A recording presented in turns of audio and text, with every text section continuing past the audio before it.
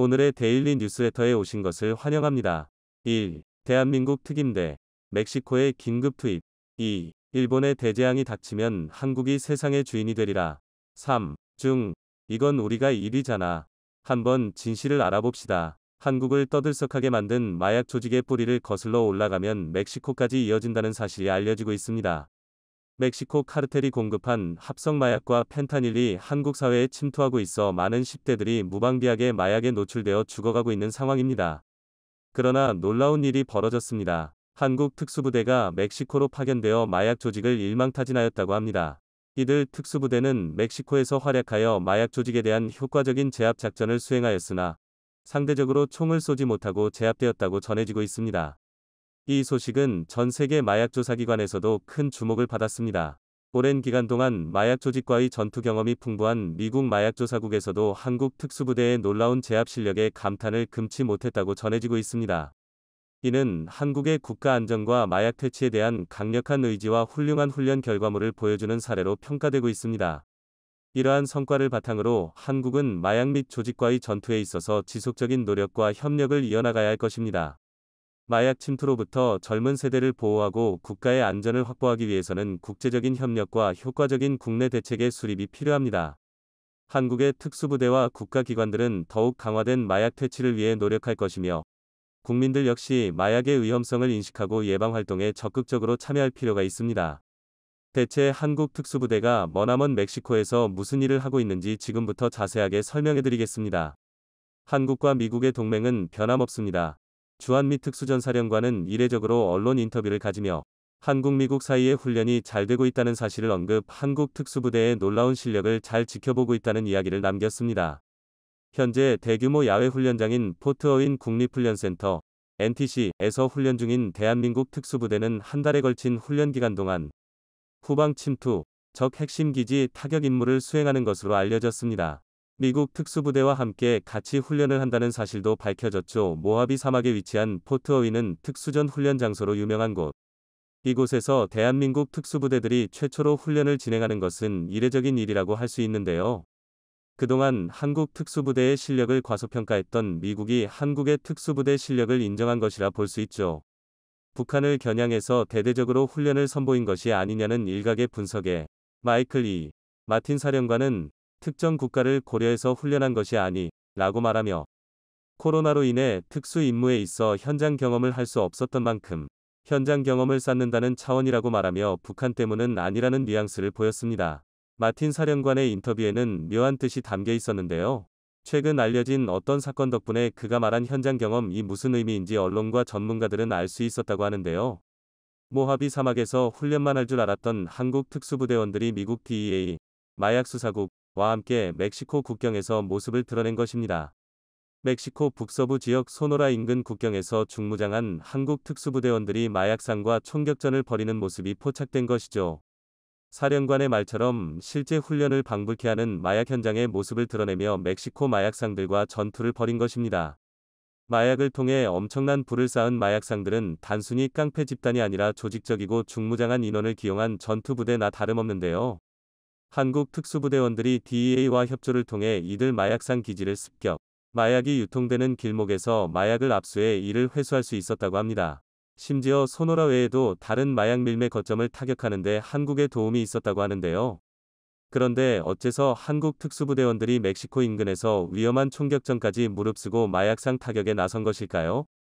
한국과 일절 관계가 없을 것으로 보이는 마약상 척결에 한국이 힘을 쓰는 것은 일견 이상한 일이라 할 수 있는데요. 그러나 한국도 마약 문제에 있어서 제3자 입장이 아닌 상황 인력 부족으로 인해 DEA 역시 마약상 단속에 어려웠는데 한국이 이를 도와주면서 한국은 멕시코 마약상의 마약을 뿌리부터 근절할 수 있었습니다. 멕시코에서 생산되어 미국으로 넘어오는 마약은 이미 미국만 유통되는 것이 아니라 한국으로 넘어오고 있습니다. 마약에 중독된 한국인들이 미국에서 그 맛을 보고 한국까지 마약 밀수입, 이를 한국에 뿌리는 것이죠. 가장 악명 높은 마약이자 멕시코에서 수출되는 제품은 바로 펜타닐인데요. 미국에서도 사회적 문제로 대두된 펜타닐은 현재 한국 사회에도 번지면서 문제를 일으키고 있습니다. 이번 한국 특수부대 임무 수행은 미국의 요청에 따라 수행된 것으로 한국으로 밀수입되는 펜타닐 경로를 원천 차단하기 위해 세운 오랜 계획의 일부이기도 합니다. 펜타닐은 2020년에 본격적으로 한국 사회의 유통 젊은 1020세대 래퍼들을 중심으로 유흥가에 뿌려지기 시작합니다. 다른 마약보다 몇 배나 강력한 효과를 보이는 펜타닐은 죽음의 약이라고 해도 과언이 아니었죠. 래퍼들 사이에서 유행을 타기 시작한 펜타닐은 본격적으로 강남 일대 유흥가를 중심으로 들불처럼 번졌습니다. 필로폰이나 대마와 같은 약물과 달리 신종 합성 마약이었기에 단속의 허점을 노리고 순식간에 번질 수 있었죠. 단속을 피할 수 있는 SNS 텔레그램과 비트코인의 존재도 이들 마약이 기승을 부리기 좋은 환경을 제공해 주었습니다. 정체가 탄로나는 것을 두려워한 마약상이 비대면으로 약을 안정적으로 공급할 수 있는 환경을 만들었죠. 그 결과 마약 사범의 수가 기하급수적으로 증가했습니다. 대검찰청 2021 마약류 범죄백서에 따르면 작년 검거된 마약 사범 수는 16,153명이었습니다. 미검거자를 포함해 마약 거래에 관련된 이들까지 계산해보면 대략 100만 명이 마약과 직간접적으로 연결되어 있다는 계산이 나오죠. 특히 마약 사범 가운데 10대들의 비중이 현격히 높아졌습니다. 불리다 바스타드라는 예명으로 활동 중인 래퍼 윤병호는 펜타닐 중독을 고백하며 유혹을 떨치기 어렵다는 말을 남겼는데요. 최근에는 이 유혹을 이기지 못해 다른 마약을 한 사실이 발각되기도 했습니다. 유명인들도 마약을 쉽게 한다는 소문은 10대들을 더 취약하게 만들었죠. 악순환이 반복되면서 한국 경찰에서는 마약의 근본 뿌리를 근절해야 한다는 소리가 나왔습니다. 특히 마약이 주요 생산되고 공급되는 멕시코가 그 중심이었죠. 멕시코는 여러 원료를 수입해 합성 마약을 생산하는 생산 공장으로 바뀐 지 오래되었습니다. 마약이 주요 멕시코 수출품이라고 해도 될 정도로 마약 판매로 인해 벌어들이는 수익은 상상 이상이죠. 범죄 조직들 역시 마약에 손을 댔고 유명한 거물 마약상 엘차포는 멕시코 등지를 중심으로 세력을 확장. 이후 미국에 의해 체포되긴 했으나 그의 사업을 이은 후대 범죄 조직들이 멕시코 전역에 뿌리를 내리며 신종 마약 사업을 벌였죠. 육상에서 거래를 하는 것도 모자라 아예 지하 터널까지 뚫고 마약을 건네는 이들이 생길 정도인데요. NBC와 멕시코 언론은 최근 이들 조직이 뚫어놓은 대규모 밀수 터널을 확인했습니다. 터널의 길이는 축구장 6개를 합친 길이에 달했죠. 질식을 막기 위한 통풍장치부터 전기 배선 대량의 마약을 배달할 수 있는 선로까지 갖춘 이 터널은 마약 조직의 안정적인 수입을 가져다주는 황금 터널이었습니다. 미국 정부와 멕시코 정부도 기승을 부리는 마약상을 잡기 위해 백방으로 노력했으나 매번 실패로 돌아갔습니다. 기민하고 많은 조직원이 있는 마약상들과 달리 DEA 요원은 한정적이고 멕시코도 단속 인력이 부족했기 때문이죠. 마약상들의 위협으로 멕시코 정부도 근절을 위해 노력했지만 효과적으로 이를 제압하는 데 문제가 있었습니다. 의욕이 꺾인 멕시코 특수부대의 숫자도 점점 줄어들었죠. 더욱 단속 인원이 부족하게 되자 미국 입장에서는 속이 탈 수밖에 없었습니다. 미국에서는 단속 인원은 물론 마약상 일망타진을 위해 병력이 필요했습니다. 때마침 마약을 공급하는 멕시코 마약상 퇴치를 선언한 한국 정부의 수요와 미국 DEA, 멕시코 정부의 이해관계가 맞아 떨어진 것이죠. 그 결과 미국 마약단속국과 멕시코 정부, 한국 정부 사이에 국제 공조가 실시되었습니다. 해양경찰청은 DEA와 업무 협의를 맺으며 단속 강화에 도움을 주기로 하는 한편, 한국 역시 특수부대 인원을 파견 보내 DEA와 협조하기로 한 것이죠. 멕시코 정부 역시 한국 특수부대의 활약을 허락하는 등 파격적인 대우에 나섰죠. 그 결과 소노라 근방 마약 조직을 일망타진하는 데 한국이 기여할 수 있었습니다. 소노라를 중심으로 조직을 운영하던 시날로아 카르텔 위 하위 조직으로 3명을 사살, 10명 가까운 조직원과 제조원을 체포할 수 있었다고 하는데요. 마약 소탕 작전에 참가했던 한국 특수부대원들은 손쉽게 이들을 잡았다고 합니다. 오랜 기간 마약단속국에서 일하며 마약상들과 싸움을 벌인 현지 미국 수사원들도 한국 특수부대원의 활약에 혀를 내둘렀다고 하는데요. 특히 기관단총을 쏘면서 죽음을 무릅쓰고 달려드는 카르텔 조직원을 눈 하나 깜짝하지 않고 단발로 제압하는 장면이 인상적이었다고 합니다. 멕시코 특수부대와 오래 일을 했어도 이런 실력을 보인 인물들은 없었다고 하는 이들 마약단속국 인원들은 한국 특수부대의 탁월한 실력에 감탄해 정식으로 한국이 마약상 근절을 위한 인력 지원을 하길 바란다는 의견을 내기도 했다는데요. 얼마 안 되는 시간에 순식간에 이들 조직원을 제압한 한국 특수부대. 북한을 상대하고자 오랜 훈련을 거듭한 이들에게 사실 멕시코 마약 조직은 문제라고 하는 것이 미안할 정도로 한국 특수부대에게는 쉬운 타깃이었습니다. 미국과 한국의 공조 수사는 점점 더 늘어날 전망인데요. 갈수록 늘어나는 마약 인원의 공급책을 차단하기 위해 한국 정부도 특수부대 투입을 고려하지 않을 수 없는 상황 미국과의 협조로 이뤄낸 첫 성과가 훌륭했기 때문에 가능한 일이죠. 2020년 한 해 동안 불법으로 생산 및 유통된 펜타닐은 대략 1301kg 수준. 이는 2019년에 비해 486%가 증가한 수준으로 2022년에는 그보다 더 많은 양이 유통될 것으로 보입니다. 어린 아이들은 물론이고 성인들의 목숨까지 앗아가는 펜타닐 이를 발본색원하기 위해 한국 정부의 과감한 결단이 필요한 시점입니다. 마약상 퇴치에 놀라운 성과를 보여준 한국 특수부대의 활약에 박수를 보내며 과거 마약 청정국으로 불리던 한국의 명성을 되찾길 기원해보겠습니다. 전 동아일보 논설위원 김중배 씨는 나는 사실 그를 잘 알지 못한다.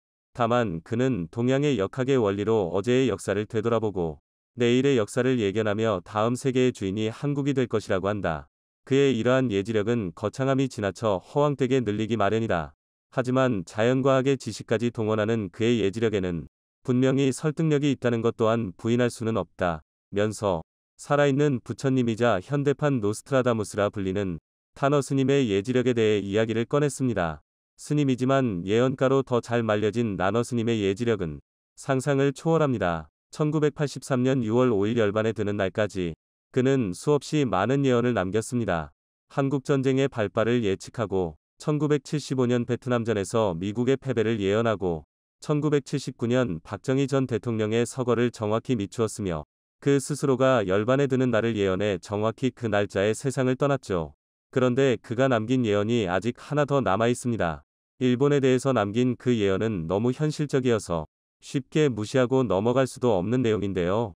미래를 본다 또는 미래를 안다는 것은 아직은 누구도 경험하지 못한 미래의 일을 마치 지금 눈앞에 펼쳐지는 일처럼 떠든다면 그 누구도 이 말을 쉽게 무시하지는 못할 것입니다.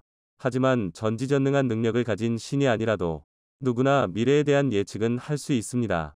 가령 친구에게 너는 내일 아침에 눈을 뜨게 될 거야 라고 말한다면 여러분은 이미 그 친구의 미래를 본 것입니다.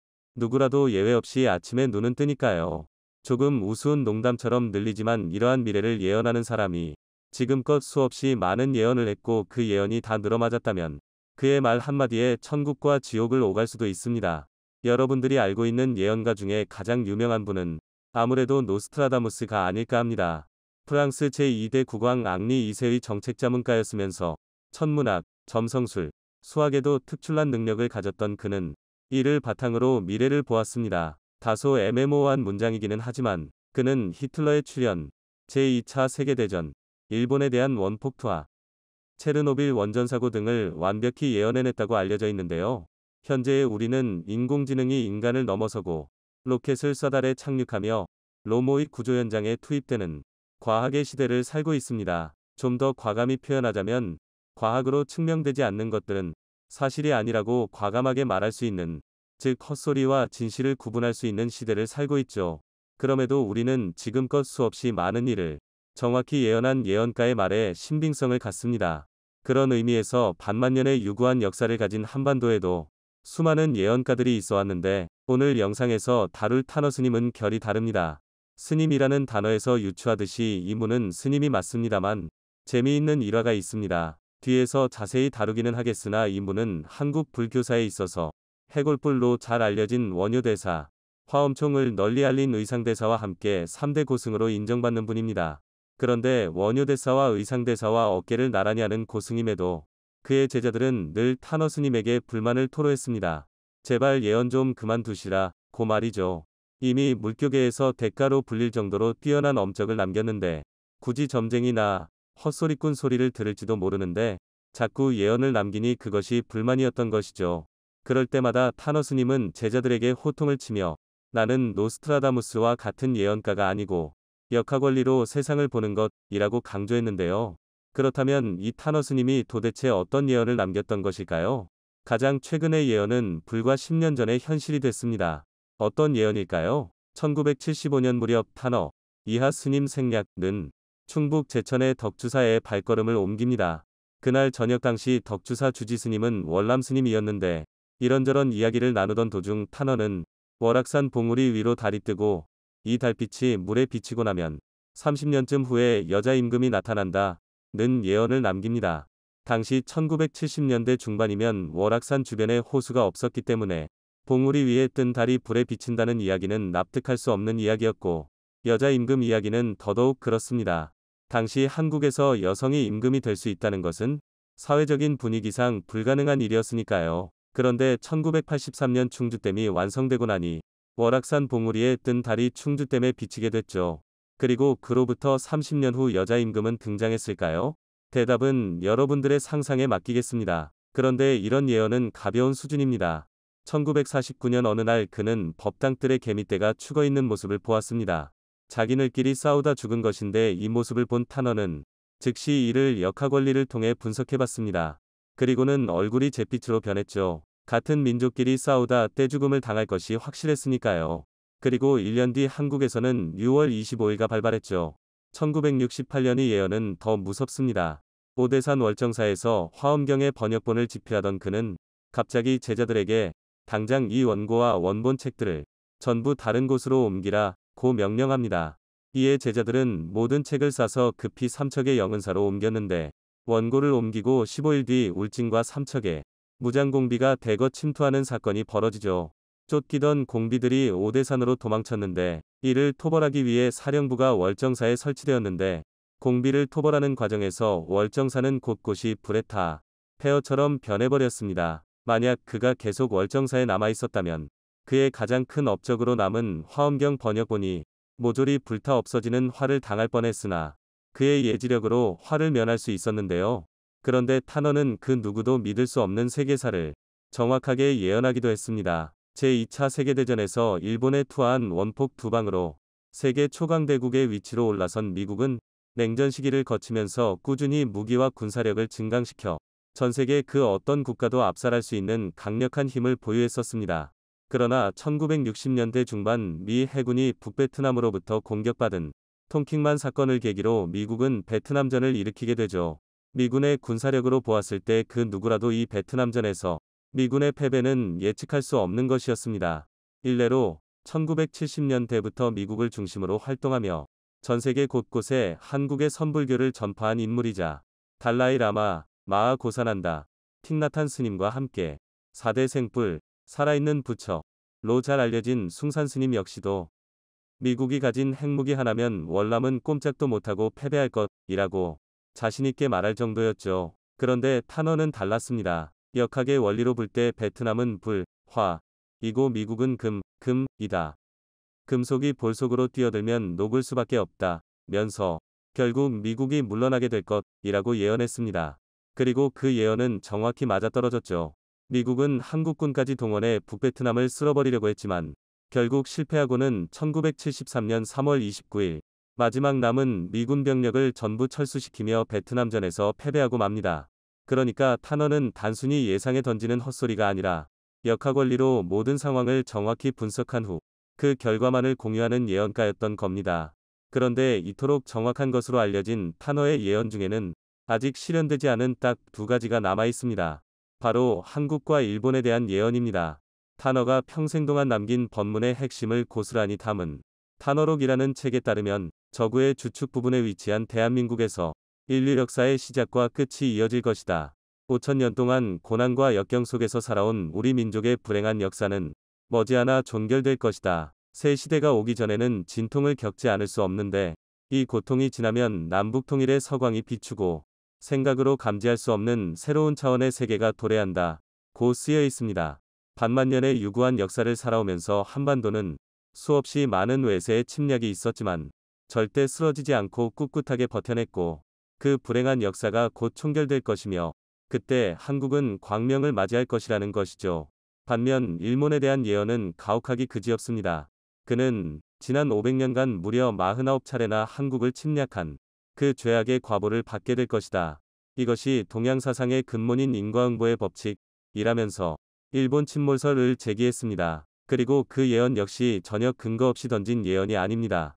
탄원은 기울어진 지구의 축이 바로 서게 될 것이라며 지구의 축이 바로 서게 되면 북극의 빙하가 녹고 비빙하가 녹으면 전 지구적으로 엄청난 지각변동이 올 것이라고 말했습니다. 현재 7월 23일 도 기울어진 지구의 중심이 바로 선다는 것은 극한의 추위도 극한의 더위도 없다는 의미가 되는데 현재 우리가 경험하는 지구온난화로 인한 빙하가 녹는 현상을 탄원은 지구의 중심이 바로 서고 있기 때문이라고 봅니다. 그래서 북극의 빙하가 모두 녹아내리면 현재의 해수면이 높아지고 해수면이 높아지는 만큼 많은 국가가 물에 잠기게 되는 것은 자명한 이치인데요. 흐트러진 지구의 축이 바로 잡히기 위해서는 전조 증상인 지진이 발생하고 지진에 따른 쓰나미는 자연스러운 현상이며 빙하가 녹으면 해수면이 높아지는 것은 자연의 이치입니다. 그는 현재 일본의 3분의 2가 물에 잠겨 영토가 3분의 1밖에 남지 않는다. 한반도 역시 동쪽이 침몰하게 되는데 대신 서해 바다가 떠올라 한반도의 2배 크기로 용기되는데 이때부터 한국이 세계의 주인공이 된다는 취지의 예언을 했죠. 대부분의 예언이 현실화된 지금 몇 개 남지 않은 예언들이 모두 현실이 될지는 미래가 대답해 줄 텐데요. 어떤 국가의 멸망 또는 어떤 국가의 침몰은 그다지 반갑고 기쁜 일만은 아닙니다. 다만 한반도가 이후 세계의 주인공이 될 것이라는 점은 상당히 기분 좋은 예언이 아닐 수 없습니다. 사실 일본의 침몰을 예언한 예언가는 상당히 많습니다. 이에 대해서는 다시 영상으로 제작할 예정입니다만 21세기 최고의 예언가로 꼽히는 미국의 에드가 케이시 1877만 1945가 있습니다. 23세의 사고로 시력을 잃은 후 초능력이 발휘되기 시작한 것으로 알려졌는데요. 그는 잠자는 듯한 일종의 최면 상태에서 수많은 이들의 질병을 치유하는 방법을 알아냈고 가장 정확하고 사실적인 예언을 남긴 것으로 유명합니다. 소련의 몰락과 제2차 세계대전 등을 정확히 예언해 발명왕 토마스 에디슨 등 유명인사들이 그를 찾았다고 하죠. 그의 이러한 예언은 대부분 미국 버지니아의 영국외몽협회 도서관에 보관되어 있는데 그 숫자가 무려 14,000건에 이른다고 하죠. 그런데 그가 그의 인생을 통틀어 남긴 예언은 대부분 두루뭉술한 단어로 표현하는 경우가 많았는데 단 하나 1934년 남긴 예언에는 확실함을 담았습니다. 일본의 대부분은 반드시 바닷속으로 침몰한다라는 예언인데요. 영어를 조금이라도 이해하는 분이라면 must라는 단어는 크게 두 가지로 해석됩니다. 가정을 나타내는 방법으로 90% 이상의 가능성을 나타낼 때 또는 의무를 나타내는 방법으로 반드시 그렇게 되어야 한다라는 의미이죠. 어떤 의미이든 그는 일본의 침몰을 거의 90% 확률로 확신했습니다. 여기에 일본 열도의 일부분이 아니라 일본 열도의 대부분이라는 표현을 써 탄허의 예언과 닮아 있습니다. 불교에서는 스님이 열반, 사망에 들면 불교적 화장의식인 다비를 거행합니다. 그리고 다비 후 나오는 구슬 모양의 유골을 살이라고 부르는데요. 황금색, 흰색, 검은색, 노란색, 파란색 등등이 섞인 영롱한 빛깔을 가진 이 사리가 얼마나 많이 나오느냐에 따라 그 스님의 수행력을 평가하기도 합니다. 참고로 불교를 탄생시킨 석가모니를 화장한 후 나온 것을 진신사리, 즉 부처의 진짜 몸에서 나온 살이라고 하는데요. 경남 양산 통도사위 대웅전에는 특이하게 불상이 없는 것으로 유명한 통도사에는 부처님의 진신사리를 모신 금간계단이 있어서 그렇습니다. 실제 석가모니의 진신사리가 있는데 굳이 허상에 불과한 불상을 두지 않은 것이 아닐까 합니다. 어쨌든 썸네일로 사용된 앉은 상태로 열반에 든 스님이든 평범한 이들처럼 누운 자세로 열반에 든 스님이든 스님들의 몸에서는 사리가 나오기 마련인데 1983년 6월 5일 열반에 든 탄허의 몸에서는 무려 13개의 사리가 수습되었다고 하죠. 보통 호랑이는 죽어서 가죽을 남기고 인간은 죽어서 이름을 남긴다고 합니다. 그리고 평생을 부처를 향해 고난의 수행을 이어온 스님들은 사후 살이라는 것이 남습니다. 탄허는 인간으로서 이름을 남겼고 스님으로서 사리를 남겼고 예언가로서 한국의 밝은 미래에 대한 예언까지 남겼으니 참 특이한 인뿔이 아니었을까 생각합니다. 얼마 전 미국 바이든 대통령이 기자회견을 통해 11월 9일 테러의 주범이자 오사마 빈 라멘에 이어 알카에다를 이끌던 알 자와히리를 제거했다고 밝혔는데요. 여전히 미국은 테러와의 전쟁에서 물러날 생각이 없고 미국의 적은 끝까지 추격할 것이라 엄포했습니다. 이번 알 자와히리 제거 작전에 미군의 최신형 무인기가 동원됐다고 밝혔는데요. 미군의 무인기에서 닌자 미사일이라는 별명으로 불리는 헬파이어 R9X 미사일이 발코니에 나와 있던 알 자와히리를 정확히 노리고 발사됐다고 합니다. 미국의 헬파이어 미사일은 공격 헬기와 무인기의 주 무장으로 사용되며 최강의 대전차 미사일 자리를 지켜왔습니다.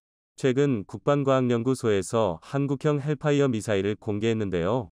그런데 이 차세대 전술유도 미사일의 공개된 스펙이 무려 헬파이어 미사일의 3배에 달한다고 하는데요. 이 무시무시한 성능의 한국형 헬파이어 미사일이 한국산 스텔스 무인기에 장착될 예정이라고 밝혀져 한국의 드론 전력을 우습게 보던 중국에 큰 충격을 주고 있다고 합니다. 헬파이어 미사일 공습은 부가적인 피해를 줄이면서 목표물을 효과적으로 타격할 수 있어 미군에서 오랫동안 애용해왔는데요. 기존 헬기에 주로 탑재되어 운용되었던 헬파이어 미사일이었지만 무인기의 본격적인 운용으로 전성기를 맞이하게 됩니다. 헬기와 달리 소음을 내지 않는 무인기에서 발사되어 높은 고도에서 내리꽂은 헬파이어 미사일은 하늘에서 내려온 죽음의 천사와도 같았죠. 여기에 헬파이어 미사일의 개량형인 헬파이어 R9X가 등장하며 대인 목표물을 대상으로 더욱 치명적인 무기로 재탄생했습니다. 그런데 한국에서 개발 중인 유도미사일의 스펙이 헬파이어 미사일의 3배에 달한다고 밝혀졌는데요. 현무, 신궁, 천궁, 형궁 등 뛰어난 성능의 국산 미사일을 수차례 개발했던 국방과학연구소에서 차세대 전술 유도무기를 공개했습니다. 기존 보병용으로 개발되었던 현궁 대전차 유도미사일보다 대형으로 한국산 군용 무인기와 FA-50에 도입할 예정이라고 합니다. 최대 사거리 30km에 최대 운용고도 15km로 사거리 10km, 운용고도 5km 정도인 헬파이어 미사일의 3배에 달하는 성능에 최대 9G의 중력가속도에서 발사하는 게 가능하다고 하는데요. 이는 무인기나 FA-52 속도를 줄이지 않은 채로 목표물을 향해 발사하는 게 가능하다는 걸 의미합니다. 이러한 스펙이 공개되자 군사 전문가들이 믿을 수 없다는 반응을 보였는데요. 이는 기존 무인기를 이용한 전술의 패러다임을 바꿔놓을 만한 성능이기 때문입니다. 기존 미군이 무인기로 헬파이어 미사일을 발사하기 위해서는 5km 고도까지 내려와 속도를 시속 200km까지 줄여야 했었습니다. 때문에 미사일 발사 직전에 발각될 경우 격추될 확률이 급격하게 높아졌었습니다. 군용 무인기가 한두 푼 하는 물건도 아니었기에 조금의 대공무기만 있어도 무인기의 공격적인 운용이 불가능했죠. 그런데 이 한국형 헬파이어 미사일이 도입된다면 고고도에서 순식간에 미사일을 발사하고 철수하는 게 가능해집니다. 거기에 사정거리 3배는 단순히 3배 멀리 쏠 수 있는 것뿐만 아니라 기존 헬파이어 미사일이 지배할 수 있던 공역의 9배 이상의 범위를 무인기의 킬존으로 만들 수 있게 된다는 것을 의미합니다. 이러한 성능에 미군을 비롯해 한국산 무기를 수입하던 국가들에서 높은 관심을 보이고 있는데요. 이 차세대 유도미사일이 무인기에 장착될 경우 그동안 지적받아왔던 한국산 무인기의 공격력 부재 문제도 해결될 것으로 기대받고 있습니다. K9, KF-21, K2 등의 한국산 무기들에 비해 한국산 무인기의 인지도는 상대적으로 낮았었습니다. 이 때문에 한국이 드론 약소국이라는 인식이 존재했었는데요. 이는 명백히 사실이 아니라고 단언할 수 있습니다. 한국의 군용 무인기 개발 역사는 무려 1977년까지 거슬러 올라갑니다. 한국형 무인기 개발 시작 후 4년 만에 비행이 가능한 실증기체 솔개를 만드는 데 성공했는데요. 하지만 1984년 국산 무기 개발에 투입되던 예산과 인력이 축소되며 한국형 무인기 개발은 갑작스럽게 중단되고 말았습니다. 그렇게 잊혀지는 듯 했지만 1990년 걸프전이 발발하며 전 세계의 군용 무인기 열풍이 불기 시작합니다. 당시 미군은 걸프전에서 무인기를 적극적으로 운용하며 전쟁의 양상을 뒤바꿔 놓았습니다. 이는 현대 무기사에서 항공모함의 등장만큼이나 충격적인 사건이었습니다. 한국 역시 이에 자극받아 1990년부터 무인기 개발에 착수하고 겨우 1년 뒤인 1991년 세계 10번째 무인정찰기 RQ-101 송골매를 선보였습니다. 현재 군단급 정찰기로 운용 중인 송골매를 시작으로 본격적인 한국형 군용 무인기 개발이 진행 중에 있는데요. 2023년 실전 배치를 목표로 개발 중이던 다목적 중고도 무인기 KUS-FS의 개발이 완료되어 양산에 들어갔다고 합니다. 최고 속도 360km, 최대 고도 13km, 운용 반경은 500km에 달해 사실상 한반도 전역을 작전 범위로 두고 있는데요. KUS-FS는 현재 미군의 주력 무인 공격기인 MQ-9 리퍼를 목표로 설계되었기에 정찰 임무 외에도 미사일을 탑재한 무인 폭격기로도 운용될 예정입니다. KUS-FS의 이륙 중량이 5,700kg에 달해 헬파이어 미사일을 비롯해 다양한 무장을 탑재할 수 있을 것으로 기대받고 있는데요. 최근 한국에서 미국 측에 헬파이어 미사일 400기를 구매하고 싶다는 의사를 밝혔었던 게 곧 실전 배치될 KUS-FS의 무장을 확보하기 위함이었던 것으로 보입니다. KF-21의 시연비행 이전 공개된 공군 홍보 영상에서 컴퓨터 그래픽으로 만들어진 스텔스 무인 전투기 가오리 X가 KF-21이 호위기로 등장했었는데요. 미국의 차세대 스텔스 무인기들과 유사한 형상을 지닌 가오리 X는 KF-21에 앞서 전장에 투입돼 정찰과 대공무기를 파괴하는 역할을 수행할 예정입니다. 가오리 X는 2030년에 KF-21과 함께 전력화가 계획되어 있는데요. 단 한 대의 KF-21로 비행편대를 구성하는 게 가능해질 것으로 보입니다. 이처럼 군용 무인기 하면 생각나는 형태의 무인기 외에도 다양한 방식의 군용 무인기가 개발 중에 있는데요. 그중 독특한 군용 무인기 개념이 바로 자-X 드론과 군집 드론입니다. 잘 알려져 있지 않지만 한국군은 오래전부터 자-X 드론을 운용해왔는데요. 이스라엘의 IAI 하피자 X 드론 약 120여 대를 운용하고 있습니다. 상공을 배회하다가 적의 레이더 신호를 탐지하면 목표물을 향해 내리꽂아 공격하는 방식으로 실전에 여러 번 투입되어 수많은 미사일 포대와 대공 레이더를 파괴했었습니다. 군집 드론은 소형 드론 수백 대가 인공지능의 통제를 받으며 작전을 수행하는 차세대 드론 체계로 미국과 중국을 비롯한 각국에서 개발 중에 있어 향후 10년대로 실전 배치될 예정입니다. 2016년에는 미군의 FA-18 슈퍼호넷 전투기 3대에서 초소형 무인기 103대가 투하되어 마치 벌떼처럼 하늘을 뒤덮는 모습을 공개하며 군집 드론의 전력화까지 얼마 남지 않았다는 것을 보여주기도 했습니다. 그런데 아무도 주목하지 않던 한국이 군집 드론 기술의 선두주자에 있는 것으로 드러났는데요. 지난 2018년 평창 올림픽 개최식에서 드론 1218대가 밤하늘에 오륜기를 그려내 전 세계를 놀라게 했었습니다. 이를 보고 충격을 받은 중국에서 저 정도는 우리도 할 수 있다라며 군집 드론 비행쇼를 선보였는데요. 대형을 갖추지 못하고 서로 부딪히더니 우수수 추락하며 밑에 있던 사람들을 덮쳐 국제적 망신을 당하기도 했었죠. 이러한 기술력을 토대로 한국군 역시 군집 드론 체계를 개발하고 있다고 합니다. 국방과학연구소에서 공개한 이 초소형 무인기들은 인공지능을 통해 자율 군집 비행하며 정찰, 감시, 통신중계, 폭격 등의 임무를 수행할 예정입니다. 여기에 자-X 기능까지 추가되면 미사일 폭격만큼이나 강력한 파괴력을 보여줄 것으로 기대받고 있습니다. 현대전에서 드론은 소총, 전투기, 전차와 같은 필수적인 무기가 되었는데요. 우크라이나 전장에서 러시아군을 상대로 드론이 맹활약하고 있다는 소식이 들려오고 있습니다. 그런데 군용 드론이 아닌 싸구려 중국제 민간 드론이 러시아군의 악몽이 되었다고 하는데요. 우크라이나에 중국산 드론 수백 대가 기증되었는데 여기에 테이프나 끈을 이용해 수류탄을 싣고 가 러시아군의 머리 위에 떨구어 군용 드론들보다 러시아군에 막대한 피해를 입히고 있습니다. 이 드론들은 크기가 작아 러시아군이 가진 레이더에 탐지되지 않고 높이 올라가면 소음도 거의 없어 접근하는 것을 파악할 수 없다고 합니다. 아이러니하게도 러시아의 우방인 중국제 드론이 러시아군에 막대한 피해를 주고 있는 것이죠. 현대전에서 드론들이 활약하며 드론을 잡기 위한 기술도 각광받고 있습니다. 프레데터, 리퍼와 같은 군용 무인기 외의 소형 드론들은 가격도 훨씬 싸고 작아서 현재의 대공무기 체계로 대응하기엔 수지타산이 맞지 않습니다. 수십만 원짜리 드론 한 대에 수억 원짜리 대공미사일을 낭비하는 셈이니까요. 덕분에 이제 사양길에 올랐나 싶었던 대공무기가 다시금 주목받고 있는데요. 일반 대공무기들보다 짧은 사거리로 외면받았던 대공장갑차가 드론전 종결병기가 된 것입니다.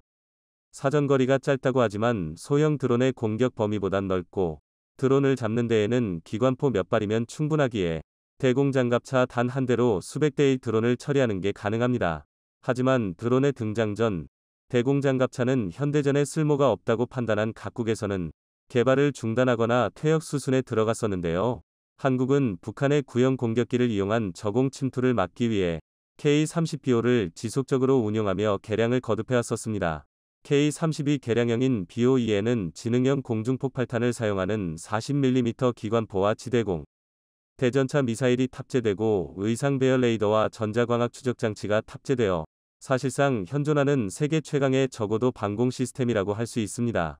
한국군은 오래전부터 드론이 미래의 전장을 지배할 것으로 보고 준비를 해왔었습니다.